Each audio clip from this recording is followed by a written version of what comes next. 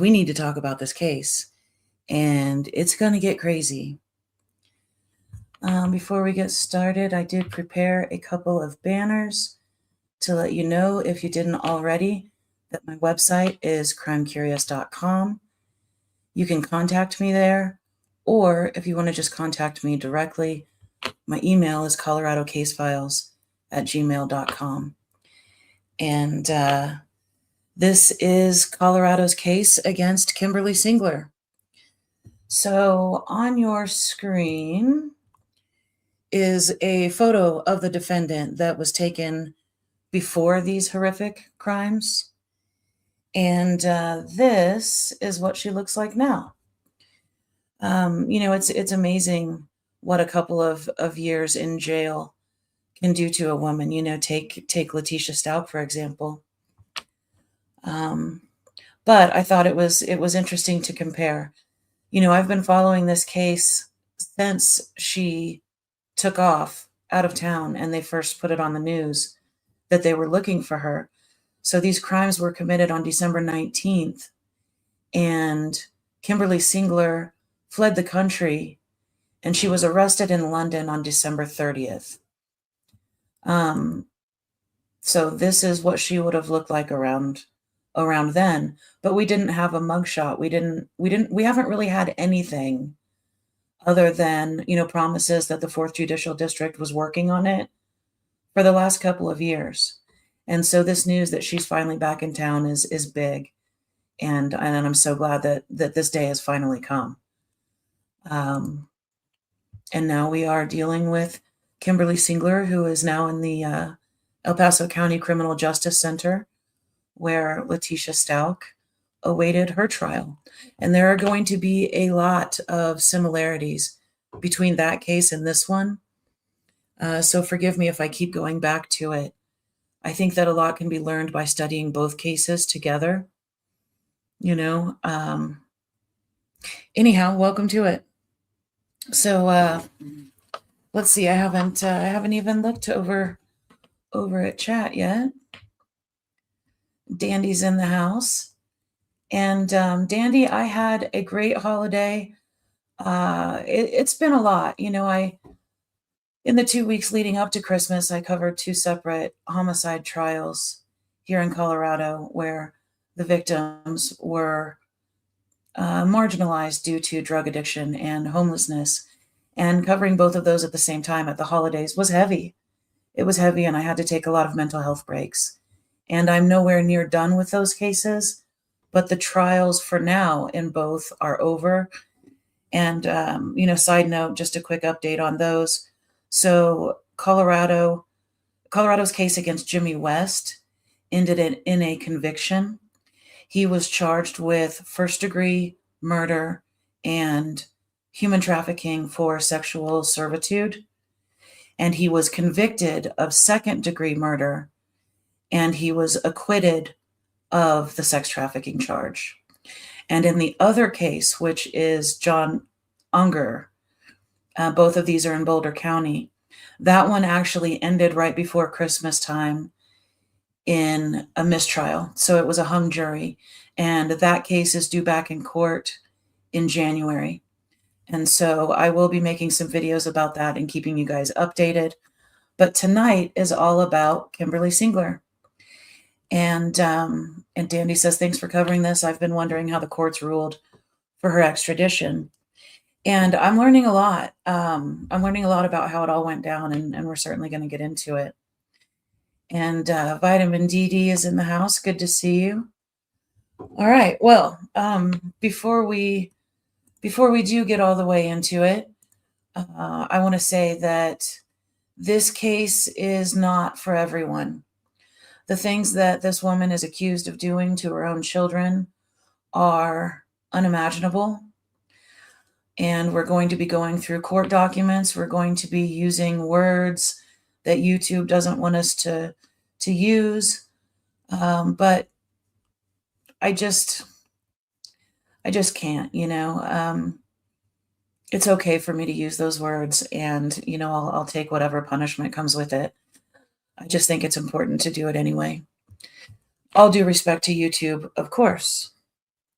Anyway, so that's my little disclaimer. This one's going to get heavy. So, take breaks if you need to. Also, I've put together a series of clips. I've got some clips from social media. I've got news clips. I've got clips of the press conference that was held on December 23rd. Excuse me. I'm just going to play those clips to get the conversation started, and we'll just go from there. How about that?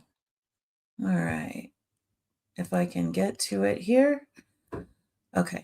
It's heartbreaking. On December 19th of 2023, in Colorado Springs, a 911 call was received from an apartment at Palomino Ranch Point just before 12:30 a.m.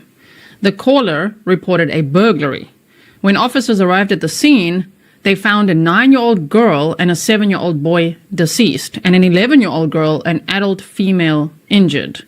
The adult woman, identified as Kimberlee Singler, is the mother of the children, and now she's a suspect in their murders. In fact, she was arrested in the United Kingdom on December 30th of 2023 because she literally fled the country. Authorities arrested Kimberlee Singler in London, who fled the country after officers say she killed her 2 children, 9-year-old Ellie Wentz and 7-year-old Aiden Wentz. Their 11-year-old sister was hurt but survived. The thing about it is that you can run when you commit a crime in our jurisdiction, but we will do everything we can. We will partner with everybody that we need to partner with, and we will find you and we will bring you back, and that's what we did in this particular case. 2 years ago, 2 children were killed here in Colorado Springs, and today the process of seeking justice for them takes another step forward, and the FBI is part of that because of the strong partnerships we have in southern Colorado. The work of so many began immediately when the burglary call came in on December 19th, 2023. Autopsy reports released showed both kids had gunshot wounds to the head, and one of the children also died from, quote, incised neck wounds. Her third child, an 11-year-old, along with Singler herself, were injured and treated at a hospital. This incident was originally a burglary call, but police said there was no evidence of a burglary. Singler ran off to the UK shortly after she was released from the hospital herself. During the investigation, it was learned that Miss Singler had left the United States. Investigators, though, were able to track her to London, where she was taken into custody on December 30th, 2023. Extradition efforts immediately began through partnership with this office, officials with the Department of Justice and the State Department, and government officials in the United Kingdom. On February 8th, 2024, while extradition was pending, my office filed a criminal complaint against Miss Singler, the defendant in this case. The case number is 2023 CR 5656. It is a seven-count complaint that includes the following charges: 2 counts of murder in the first degree after deliberation and with intent. Those are Class 1 felony charges. 2 counts of murder in the first degree, victim child under 12 years of age, also a Class 1 felony. 1 count of attempted murder in the first degree after deliberation and with intent, a Class 2 felony. 1 count of attempted murder in the first degree, child under 12 years of age, a Class 2 felony, and 1 count of assault in the first degree, a Class 3 felony. Those Class 1 felony charges, if a conviction is achieved on those charges, carry a life in prison without parole sentence.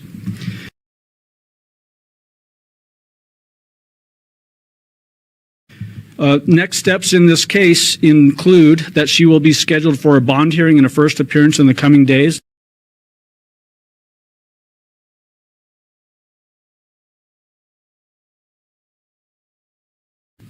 Because the top charges include murder in the first degree, this defendant will be held without bond pending a preliminary hearing, which is required to occur within 30 days of her first appearance.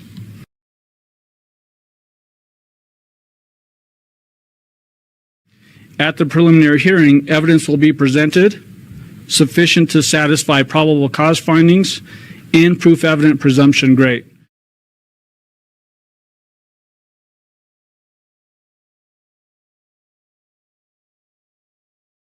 The proof evident presumption great finding, if the court makes that finding, allows the court to hold her without bond pending a trial. It's important to note that, as with all criminal defendants, including this defendant, criminal charges are merely accusations, and this defendant, like all defendants, are presumed innocent until proven guilty beyond a reasonable doubt.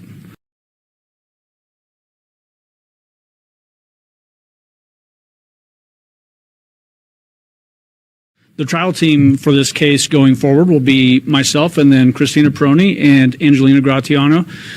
Christina and Angelina have been with this office for a long time. They're both senior deputy DAs, and they're both very well equipped to handle a case of this magnitude. And in fact, they've already put in a ton of work on this case to get it to the point that it is today.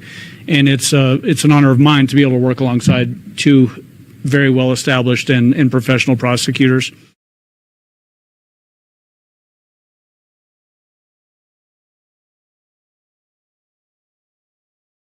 One thing that I also want to finish with is that today can feel like a finish line, but it's nothing like a finish line. This is just the first step in a long process that lays ahead of us in seeking justice for the victims and making sure that this defendant, like all defendants, are given a fair trial process, and that any convictions that we achieve will sustain themselves forward through the appeal process.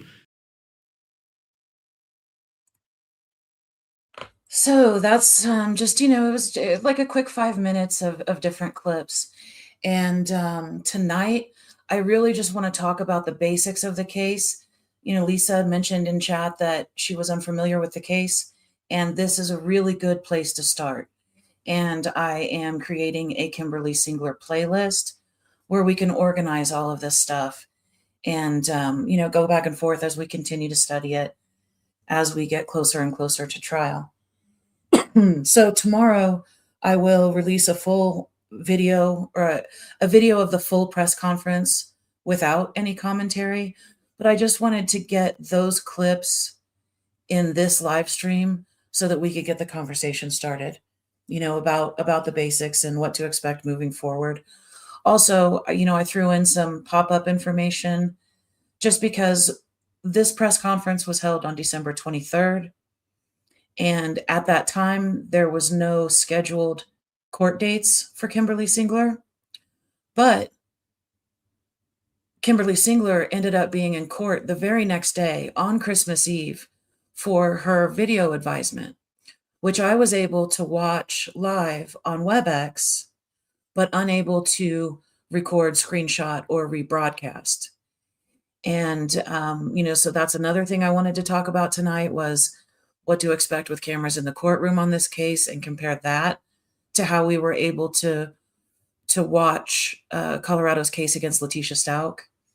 It's one of the many things that I want to talk to you guys about. So anyway, tomorrow I'll release a video of the full press conference with no commentary, just for reference, and add it to the playlist. And then next weekend, we are going to review the affidavit of probable cause.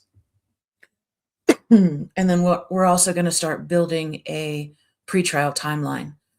But as far as the affidavit of probable cause goes, I do not have my hands on it yet, but I am a tried and true Grizzly, and Gisela K over at Grizzly True Crime and Grizzly Cat, who helps her with documents, they got the affidavit of probable cause already, which is amazing because, well, for a couple of reasons.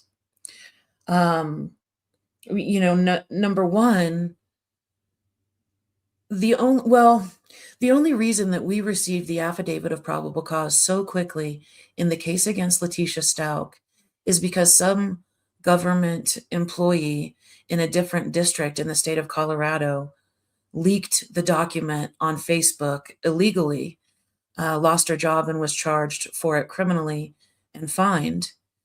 And that's why we got Letitia's affidavit as quickly as we did. In no way did I expect that we would have Kimberlee Singler's affidavit so quickly. And while that is very good, and I am looking forward to getting into it, I am going to take my time with this case. I know how heavy it got for me at times, learning about Gannon and the case against Letitia. And, we have time. So the first appearance was December 24th, and the next appearance, which is supposed to be the preliminary hearing, is currently scheduled for January 7th at 8:30 a.m. But Mike Allen already hinted that he would be asking for a continuance, which is normal. The only reason that they scheduled it on December 7th of 2026 is because legally they have to schedule the preliminary hearing within 30 days of her first appearance because it's a bond hearing. So Kimberlee Singler is currently in CJC with no bond, and Mike Allen would like to keep it that way. Back when Colorado had the death penalty, it was automatic that anyone on a capital case would receive no bond. But then in 2020, Colorado repealed the death penalty, and so there had to be some follow-up legislation after that, because when they repealed the death penalty, it meant that they couldn't hold people without bond. Everyone was eligible for a bond. And that's been changed a bit since then. So now, going into this case, Mike Allen can ask for no bond, and I wouldn't be surprised at all if he got it. Can you imagine them letting her out on bond after it took them 2 years to get her back from London? That's ludicrous. Let's see. Becky said, "Oh, I missed they finally got her out of the UK and back in Colorado." Yes, they did. I'm not sure exactly when she arrived back here in Colorado Springs, which is where I live, and openly vote for Mike Allen as district attorney. But they did a press conference on the 23rd. Her first appearance was the 24th. And the next scheduled appearance is January 7th, but I wouldn't hold my breath. So like I said, Grizzly True Crime released, I don't know that she actually released the document itself, but it was up on the screen and she did go through it with commentary, and it was an excellent video. I will go ahead on my community wall and link to that video, and I'll also put a link to it in the description of this video. And I can pretty much guarantee you that moving forward on this case, if Grizzly True Crime is doing a video about Kimberlee Singler, you're going to catch me either in the chat or in the comments afterwards on Replay Crew. I will probably watch her videos on this case over and over because I can count on the integrity of her information, and I just think the world of her as a content creator. I am subscribed. I have a Grizzly mug, and I will stop gushing now. But I am really more of a true crime viewer than I am a content creator these days, which, also is subject to change.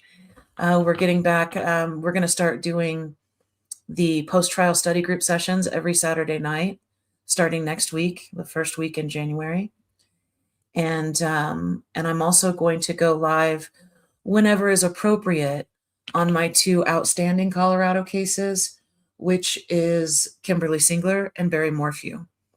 Everything related to those 2 cases are going to be on the channel and public live streams and public videos. And the post-trial study group that we do every Saturday night goes over a total of 10 different defendants in Colorado that have all been to trial already. Vitamin DD gifted a membership. Thank you so much, DD. I have really been slacking, and YouTube knows it. And so I definitely want to get back into the swing of things. But thank you for gifting a membership, and welcome to whoever received it. Stacy Klein said, King Charles said, "Merry Christmas, Colorado. Here's Kimberlee." Yeah, I was surprised, and I ran straight to Webex. I found out that she was due in court right before she was due in court. Otherwise, I would have missed it because, journalists were not allowed to replay the appearance from Webex on their broadcast. They only, could put out the story without the audio and visual. And so I was able to watch it in real time, and just looking at my notes, it was very quick. It was brief. So basically on the Webex, there was a camera that was pointed toward, more than a dozen inmates who are in custody at the Criminal Justice Center. And they were all kind of waiting their turn. But on a separate screen was Kimberlee Singler and two public defenders. The first of which was Kim Chalmers, which you guys will probably remember from Letitia Stout's case. She was one of Letitia's original public defenders that Letitia fired, rehired, fired again, and then hired Will Cook and Josh Tellini through something called the Office of Alternative Defense Counsel up in Denver. But a lot can be said for the Public Defender's Office in the state of Colorado. It's a big organization with what appears to be a decent budget, and they certainly have a ton of experience. So I don't know that Letitia was as smart as she thought she was when she wanted to get rid of the public defenders. Looking back on that case, I feel like she couldn't have a public defender because she felt like that was beneath her, in my opinion, right? I mean, how would I really know? I'm just guessing based on, all of my research and experience in that case. But, she can't have public defenders. She needs private attorneys. Well, I don't know if Kimberlee Singler will keep the public defenders or not. She might do the same thing. Or, I don't know. I assume that she is indigent, but I don't know that for sure yet. With Barry Morphew, when he was arrested the first time on charges of killing his wife, he showed up to his first appearance with a public defender in what seemed like a way to save money, because that way his private attorneys didn't have to show up for that first appearance. And that means he didn't have to pay for it. So, anything could happen. We really don't know too much at this point. Excuse me. And Becky said, I saw you posted the Webex link, but I think I was too late. And I knew that, I don't get much traction on the community wall right now because I've been so inactive for so long. But I will try to use that, as a place to get, real-time information. I knew it probably wouldn't get to that many people, but it was just the only way that we would be able to see it. So I figured it was worth a shot. And I was there so I could at least tell you about it. Kimberlee Singler was in a turtle suit, and she was sitting behind her two public defenders. And when they announced themselves as her attorneys, it showed her on camera between the two of them, but behind them. And then when they began speaking, the attorneys kind of moved together so that Kimberlee Singler was back off camera. And, if you remember Letitia's hearings in the beginning, there were cameras in the courtroom, and Letitia was physically in the courtroom for some of them, and the attorney would kind of position herself in front of Letitia so that the cameras were not too intrusive on the defendant. And that's what it reminded me of. But it was just very quick. Basically, so she waived the official reading of charges, which, no big deal. And she also agreed to the protection order. There's an automatic protection order in cases like this. And, they just really wanted to get through the hearing. It happened really quickly. I did notice, though, that the clerk of court, she was wearing She looked like she was in an ugly Christmas sweater contest. It was loud. It just surprised me to see it. And popping in on Christmas Eve and having the clerk wearing a Christmas sweater, and Kimberlee Singler was in a turtle suit. Michael Allen and the other two attorneys, Angelina and I believe Christina is the other one. They weren't there. They were, I assume, with their families, but there was an attorney there or two that were representing the prosecutors, the district attorney's office. Anyway, I was glad I got to see it. Otherwise, I don't know that I would have known, who her attorneys are, at least for now. It will be interesting if she keeps them to see how they do. I am guessing that she is going to plead not guilty by reason of insanity, because, several things have been stated about her mental health, but she hasn't answered the charges yet. That'll come after the preliminary hearing. The preliminary hearing is where they'll decide if she gets a bond, what the bond's going to be. And much like the affidavit of probable cause, they put forward only enough information to justify that high of a bond. With the affidavit, they put forward only enough information to justify the arrest warrant. And so, I can't really guess when the actual preliminary hearing is going to be, the proof evident presumption great. But, in the next few months, I hope. Another good thing is all this time that she spent in London fighting extradition, all of the evidence is still all of the evidence.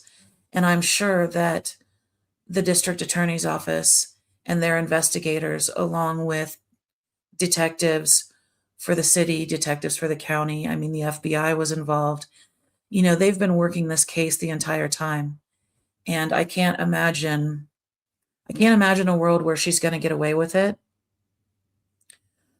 But, I'm going to see it all the way through and pay very close attention to things that relate to due process, And Dee Dee says, how are you insane when you flee?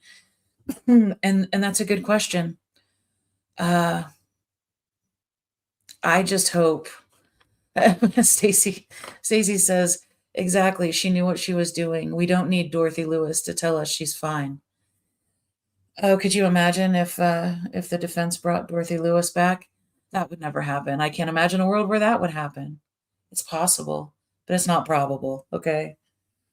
Anybody who didn't watch the Letitia Stout trial, Dorothy Lewis was the forensic psychologist who came to testify as an expert witness on Letitia's behalf.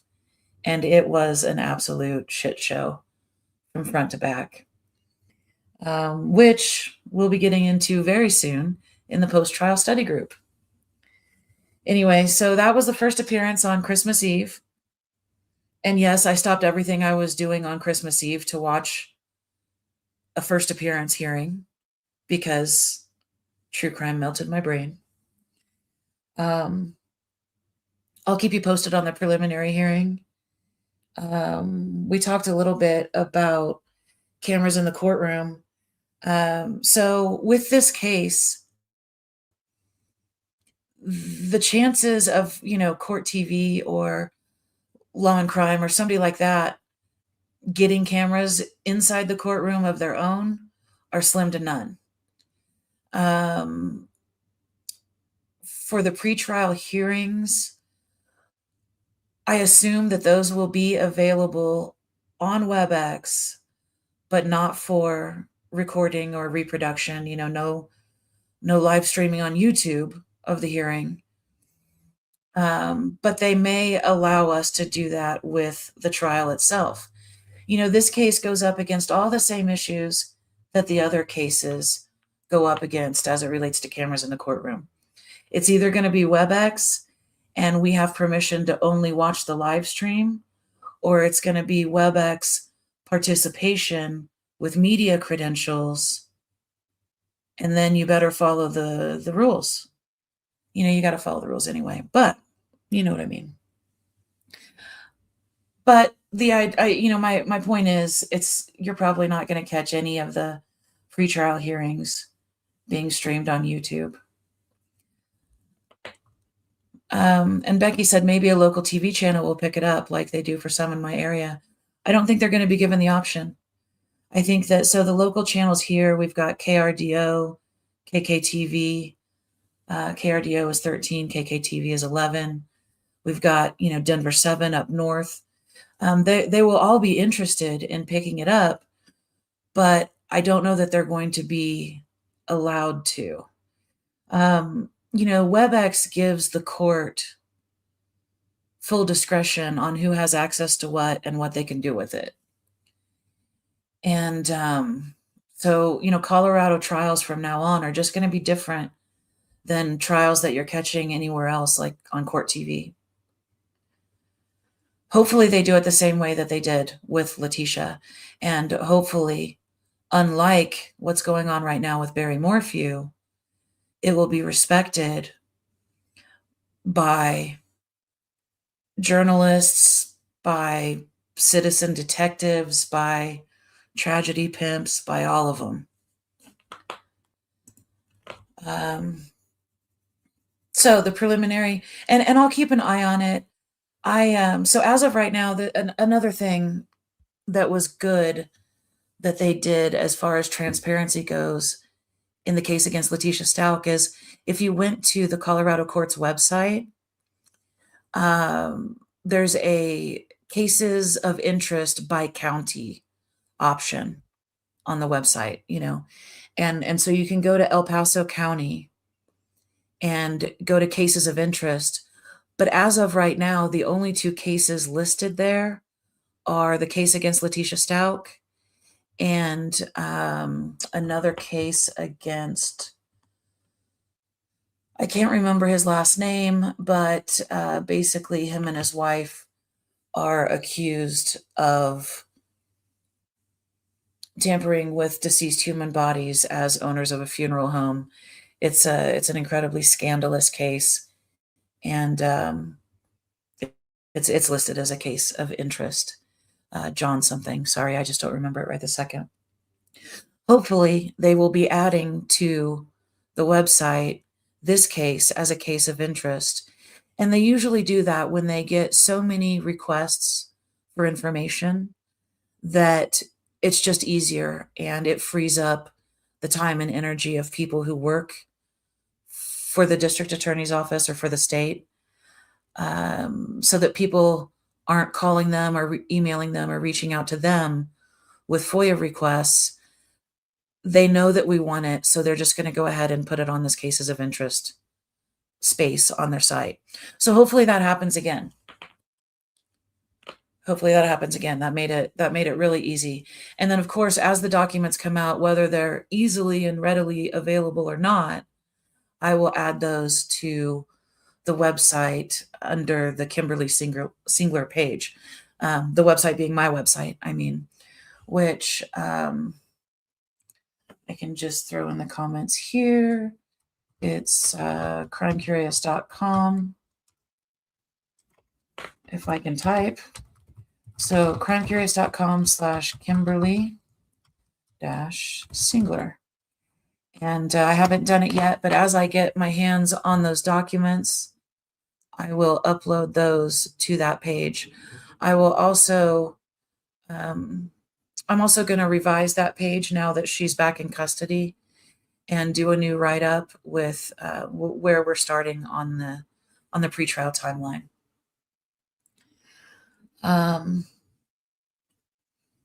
So we know the prosecution. It's basically the same team that prosecuted Letitia Stalk. And we know a little bit about the public defender's office from our experience with the case against Letitia Stalk. Lots of things are subject to change. We know that mental health is an issue, but she has not officially been determined or she's not officially answered the charges by pleading not guilty by reason of insanity. And we don't know that she will. It's just assumed based on, the information we have so far. I do wonder if competency will become an issue. Competency was an issue with Letitia Stalk. It was raised multiple times, but she was always found competent to stand trial. And with Letitia Stalk, so in both cases, the defendant ran, right? Which, as far as I know, is kind of proof that, she's having conscious thought. If you can, I've personally never traveled outside the country. And if I were in a state of psychosis, I would be hard pressed to book a flight out of the damn country. I mean, it doesn't make sense to me. And it leads me to believe that she knew what she was doing. But, as we've discussed a million times, the only people with any power in that courtroom when it comes down to the trial is a jury of 12. And they only get to consider what evidence is presented to them at trial. So I will be watching this one very closely, especially pretrial hearings where, there are motions to throw evidence out, orders to keep evidence in. I want to watch the entire thing.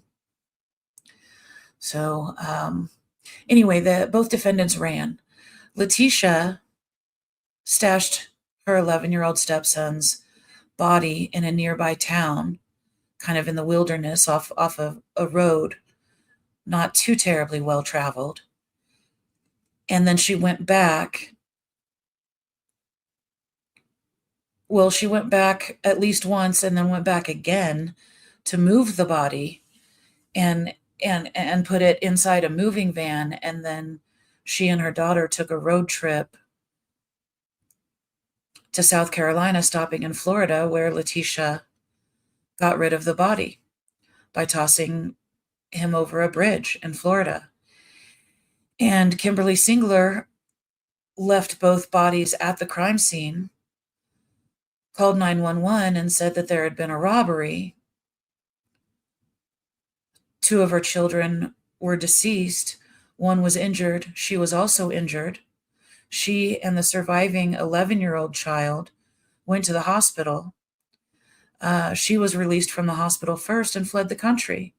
So, I mean, either way,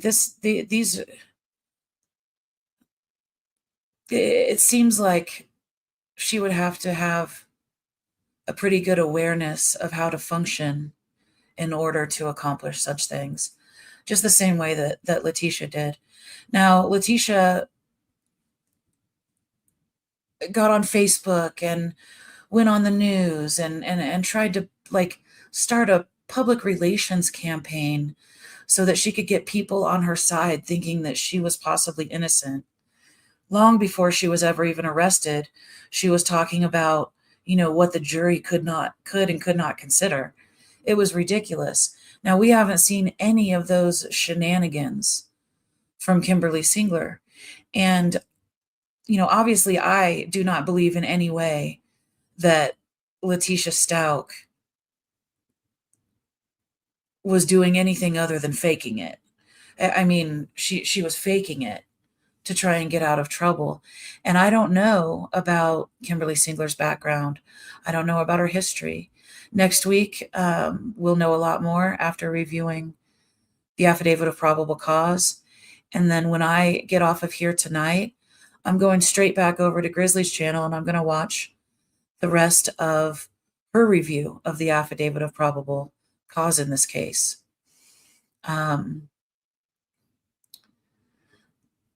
Yeah, I mean, those are basically the notes and what I wanted to talk about tonight. I don't know if this woman is truly mentally ill. There was a lot of talk before she was extradited about the reason why she went to London was because she was in love with the actor who played Superman. And she may have been catfished. I think she believed that she was actually communicating with him, and took off to London to be with him after doing what she did, allegedly, on December 19th of 2023. It is just absolutely insane. And I don't know if she is truly insane or faking it. I assume that the potential consequence would be the same as it was for Letitia. You know, if you do claim to be not guilty by reason of insanity, it's an affirmative defense, which means, yeah, I did what I'm accused of doing, but I'm legally insane. I was legally insane at the time, you know, and rather than go to prison, that person would then be sent to the state operated mental institution, and she would be civilly committed rather than criminally committed. And while there is a chance that she could be released at some distant point in the future, that chance is so slim that it's not even worth talking about. Many times when people plead not guilty by reason of insanity and they're actually found not guilty, they're civilly committed,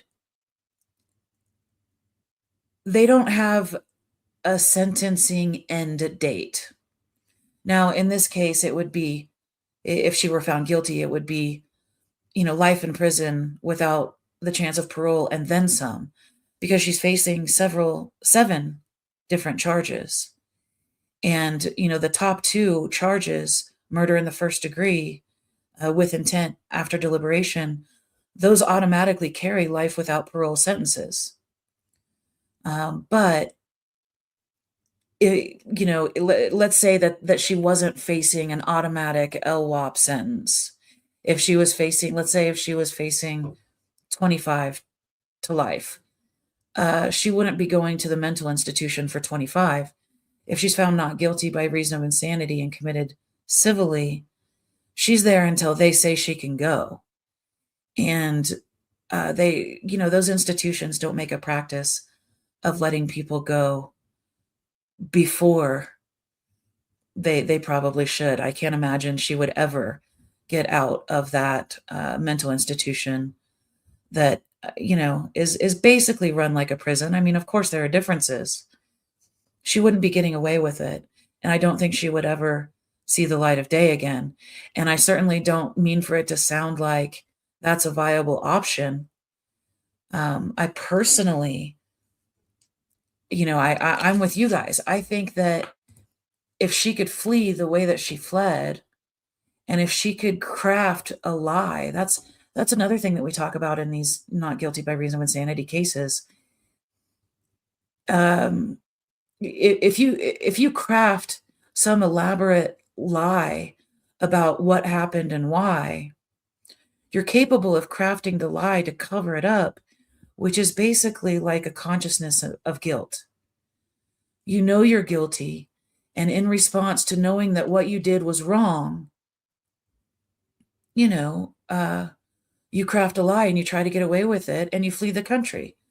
So, you know, my opinion isn't worth much, but, you know, if I were on the jury and we were deliberating today only on the evidence that's been presented to us, I would say guilty. But, you know, we haven't even gone through the affidavit of probable cause yet. So I'm just going to slow my roll, and I will talk to you guys next week at the same time with the affidavit in my hand. In the meantime, go pregame and check out that affidavit via Grizzly True Crime's presentation of it earlier today. Like I said, I will link it in the description. I'll make a community post.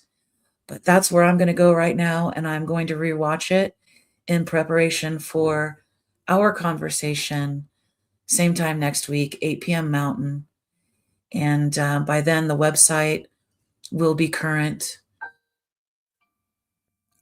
I might be able to remember to turn the volume off on my cell phone. Wow. Do you know what that notification was just now? I'm saying goodbye to you guys, and I'll see you next week.